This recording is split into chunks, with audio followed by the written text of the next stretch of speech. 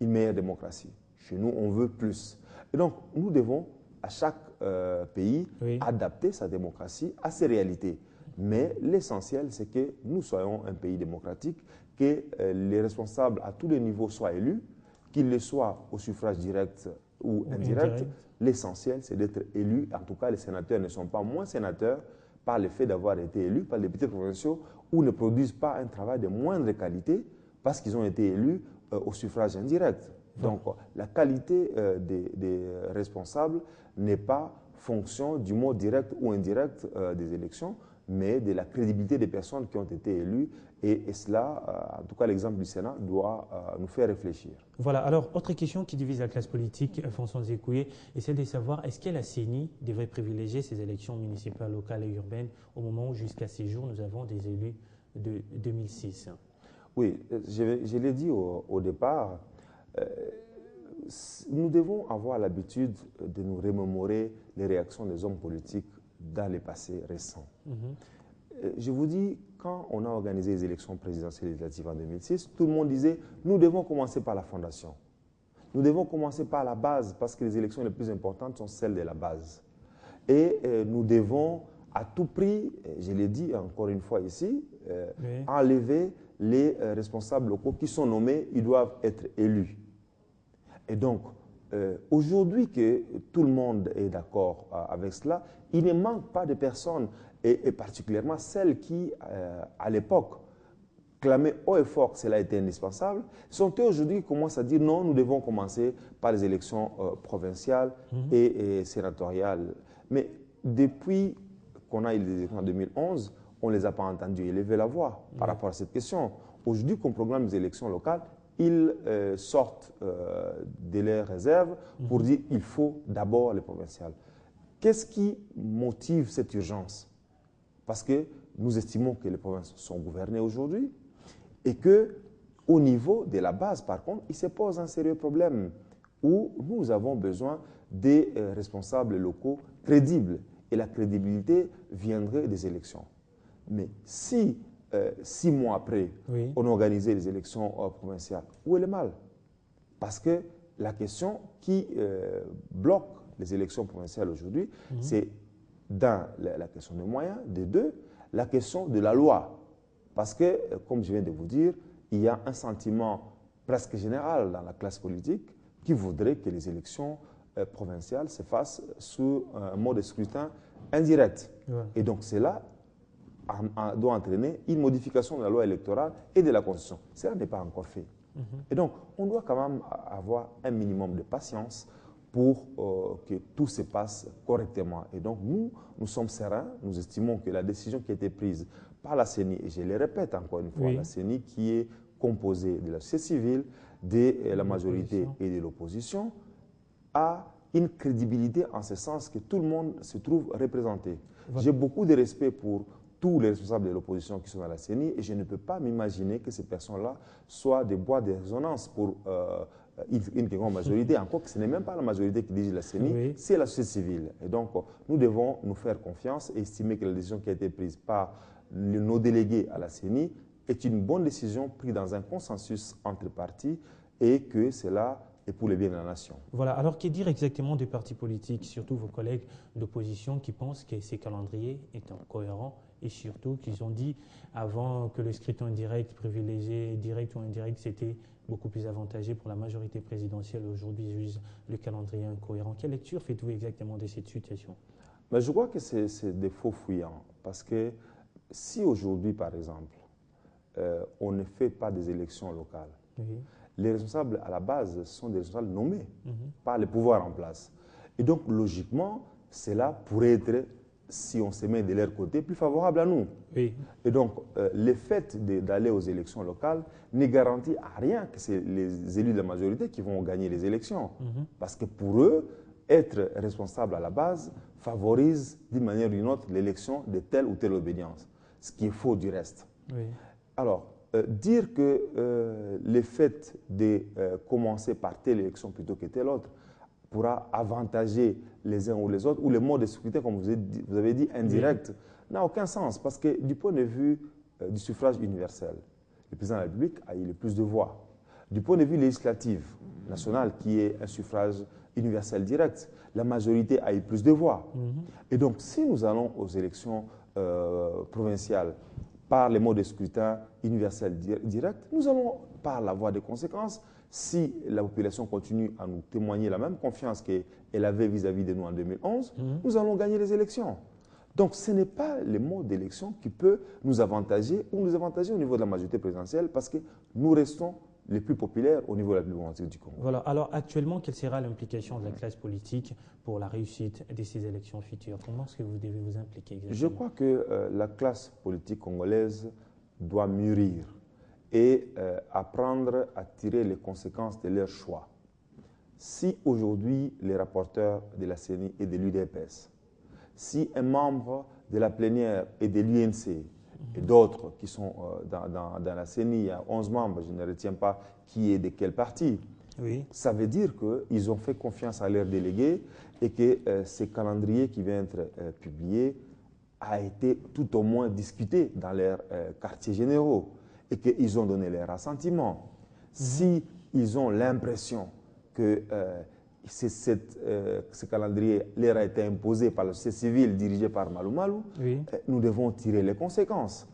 Nous, de la majorité, comme c'est l'opposition, nous devons nous dire, nous démissionnons parce que nous avons l'impression que nous ne jouons pas notre rôle.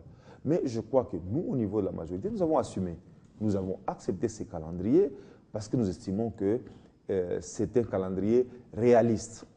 La société civile, certaines sociétés civiles se prononcent contre, notamment pour la question des élections provinciales, pour eux qui devaient précéder les élections municipales. Nous venons de dire pourquoi les élections municipales doivent précéder les élections provinciales et les sénatoriales. D'autant plus encore que dans une des propositions qui semble soutenue par beaucoup, les députés provinciaux devront être élus par les élus locaux. Si les élus locaux ne sont pas encore élus, comment on va organiser les élections provinciales si telle est l'hypothèse qui est la plus agréée par la classe politique congolaise? Donc c'était souhaitable et bien de commencer par la base. Absolument, parce que comme je viens de vous dire, si la thèse selon laquelle les députés provinciaux et les sénateurs doivent être élus par les élus locaux, donc les élus des chefferies, des secteurs et les élus des communes et des municipalités ou des villes, à ce moment-là, c'est tout à fait logique que ceux qui sont des électeurs de ceux qui doivent être élus, donc les députés provinciaux, les soient avant les autres. Ce n'est qu'une logique. Mais bien évidemment, comme c'est une question qui n'est pas encore tranchée, et il y a des personnes qui pensent aujourd'hui que les députés provinciaux doivent être élus au suffrage universel, laissons la discussion au Parlement. Une fois cette question sera tranchée, on pourra, dans tous les cas, élire les députés provinciaux, qu'ils le soient par les élus locaux ou qu'ils soient élus par la population en général au suffrage universel. Rien ne sera perdu dans tous les cas. Voilà. Mais l'avantage est que si l'option est celle de voter les députés provinciaux par les élus locaux est privilégiée, c'est qu'il y a une légitimation supplémentaire du fait de voter pour ces élus locaux avant parce qu'ils sont électeurs de députés provinciaux et des sénateurs. Voilà, s'il faudrait revenir à la question du financement, la RDC semble solliciter le financement de l'extérieur. Pourquoi ne pas faire comme en 2011, financer ces élections à 90% par le gouvernement central? Je ne crois pas que le gouvernement de la République démocratique du Congo attend impérativement l'appui de l'extérieur. Comme dans tous les autres domaines, nous ne pouvons pas refuser une assistance. Nous sommes encore un pays en voie de développement. Nos besoins sont de loin supérieurs à nos moyens. Et donc, s'il y a des personnes de bonne volonté qui veulent nous assister, nous ne les refuserons pas. Mais s'il n'y en a pas, soyez certains que les élections seront organisées sur base de l'argent déboursé par les Congolais. Et c'est pour cela que Malou Malou prend comme assurance le fait que le budget 2014 a prévu 166 millions de dollars et qu'il espère que les restants, soit à peu près 144 millions restants pour boucler les 300 millions d'élections, vont être budgétisés. Il ne fait pas ces programmations en tenant compte des dons de la communauté internationale. Il est fait en tenant compte de ce qui est prévu au niveau du budget de l'État. S'il y a une abondance d'argent au-delà de ses attentes, il est clair que c'est une bonne chose. Ça veut dire qu'il pourra avoir des réserves pour préparer rapidement les élections suivantes. Donc c'est une bonne chose. Mais je ne crois pas que la CENI de la République démocratique du Congo compte impérativement sur l'appui extérieur, mais nous la souhaitons pour nous permettre de disposer de plus de moyens. Et si la communauté nationale nous aide de façon massive, ce serait une bonne chose parce qu'à ce moment-là, l'argent que le gouvernement a prévu pour cela peut servir à beaucoup d'autres besoins et ce ne sont pas les besoins qui manquent dans ces pays. Voilà, et pour parler présidentielle et législative de 2016, est-ce que le recensement, avant d'y arriver, est un passage obligé, François Nzékoué? Nous le croyons. Nous le croyons pour plusieurs raisons. D'abord, parce que quand même c'est une volonté issue des concertations nationales. Voilà. Et nous devons un minimum de respect aux concertateurs, même s'il y a certains Congolais qui s'étaient auto-exclus. C'est un des rares forums où nous avons eu en même temps la société civile, l'opposition politique, la majorité et la diaspora en même temps. Nous avons eu à échanger et nous avons pris des résolutions. Et les concertations nationales restent un fondement essentiel aujourd'hui sur la marche de notre pays. Le gouvernement qui va venir, nous espérons dans quelques jours, est une émanation des concertations nationales. Et donc, dire que les personnes qui ont participé aux concertations nationales ont décidé qu'il faut un recensement général au préalable, c'est qu'il y a des raisons. Une des raisons, c'est quoi?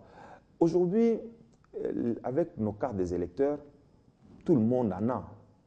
Et même des étrangers en ont. Parce que les modes d'obtention d'une carte d'électeur étaient moins rigoureuses qu'une carte d'identité. Vous vous rappelez, quand vous êtes allé chercher votre carte d'électeur, on vous disait les témoignages de 5 personnes suffisaient pour attester que vous êtes Congolais.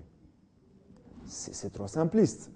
Et aujourd'hui, la carte d'électeur fait office de carte d'identité. Donc il faudrait durcir les conditions. Absolument. De deux, vous savez qu'avec la guerre que nous avons connue à l'Est, les éléments du M23 et autres ont volé clairement les kits électoraux qui se trouvaient dans certains territoires voisins des pays étrangers. Et ils les ont amenés dans ces pays. Ça veut dire aujourd'hui qu'il se trouve des citoyens étrangers qui sont détenteurs de la carte d'électeur. D'autre part, aujourd'hui, nous avons fait la répartition des sièges électoraux sur base des personnes enrôlées. Mais il est parfois et très souvent possible qu'il y ait des circonscriptions où il y a eu moins d'enrôlés, mais qui sont peuplées. Et à ce moment-là, ces circonscriptions ont moins de sièges électoraux que là où il y a eu un fort enrôlement. Et donc, on doit revenir à cela pour que la représentation au niveau national provincial soit liée au nombre réel des habitants par circonscription électorale.